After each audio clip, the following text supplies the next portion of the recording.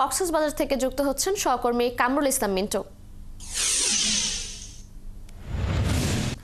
মিন্টু, টেকনাফ উখিয়া সীমান্ত দিয়ে এখন পর্যন্ত কত সংখ্যক রোহিঙ্গা এসেছে? তাদের অনুপ্রবেশ ঠেকানো কেন যাচ্ছে না? সংশ্লিষ্ট কর্তৃপক্ষ এই বিষয়ে কি বলছে? শিয়া বাটার ও ভিটামিন ই সমৃদ্ধ lily glam beauty soap. Lily, always beautiful. সংখ্যাটা 50 থেকে 60 বলা হচ্ছে প্রশাসন থেকে, কিন্তু এখনো পর্যন্ত যারা স্থানীয়দের বক্তব্য হচ্ছে এই সংখ্যা আরো বেশি হতে পারে এবং তারা মনে করছে যে এই ঢলের মধ্যে প্রায় লাখের বেশি রোহিঙ্গা বাংলাদেশে অনুপ্রবেশ করেছে, যারা কিছু সংখ্যক রোহিঙ্গা ক্যাম্পে তাদের আত্মীয় স্বজনের কাছে গিয়েছে, আর বেশিরভাগ রোহিঙ্গা কিন্তু উখিয়া টেকনাফের যে ভাড়া বাসাগুলো আছে সেখানে অবস্থান করছে।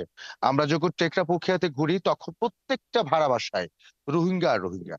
এখানে এবং রাতের বেলায় যখন সন্ধ্যার পরে যখন হাঁটাচলা করে হাট বাজারে দোকানপাট সবখানে কিন্তু রোহিঙ্গাদের আনাগোনা, কারণ তাদের যে অবয়ব, তাদের যে চরিত্র, তাদের যে গেট আপ গুলো দেখেই বোঝা যায় যে এখানে অসংখ্য রোহিঙ্গা অবস্থান করছে।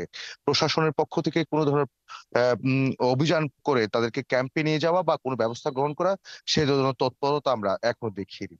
আর প্রশাসন কেন যেন এটা থামাতে পারছে না। আপনার সীমান্ত এলাকায় দেখেছি প্রতিটি 10 গজ পরে পরেই কিন্তু হচ্ছে সীমান্তে চৌকি বসিয়েছে বিজিবি, কিন্তু তারা এরপরে রোহিঙ্গার অনুপ্রবেশ করছে। কিন্তু আমরা শুধুমাত্র ক্যামেরার সামনে ধারণ করতে পেরেছি শুধুমাত্র 34 জন, আর কিছুদিন আগে 35 জন, এরকম কিছু সংখ্যক।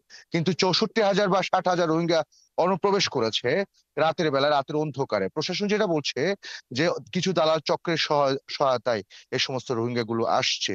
তাহলে হচ্ছে যে কিন্তু তারা প্রশাসন এরা দমন করতে পারছে না, বা কারা এই কাজটা করছে তাদেরকে এখনো ঢালাওভাবে আটক করতে পেরেছে সেই ধরনের কোনো তথ্য আমাদের কাছে নেই। সবকিছু মিলিয়ে আবারও নতুন করে রোহিঙ্গা অনুপ্রবেশের চেষ্টা করছে যেমন করে, একইভাবে অনেক রোহিঙ্গা এখন বর্তমানে লোকালয়ে ঢুকে পড়েছে, স্থানীয় বাজার দখল করছে, অবস্থা খুব বেগতিকের দিকে যাচ্ছে এবং আশঙ্কা করছেন স্থানীয়রা যে তারা হচ্ছে যে কোনো সময় একটা বড় ধরনের দুর্ঘটনা হতে পারে রোহিঙ্গার কারণে, এবং তারা চাইছে যে এই রোহিঙ্গা অনুপ্রবেশ বন্ধ করতে হবে উপর, এবং পাশাপাশি যারা রোহিঙ্গা আছেন তাদেরকে প্রত্যাবাসন প্রক্রিয়াটি দৃঢ় করতে হবে সে দাবি করছে মূলত।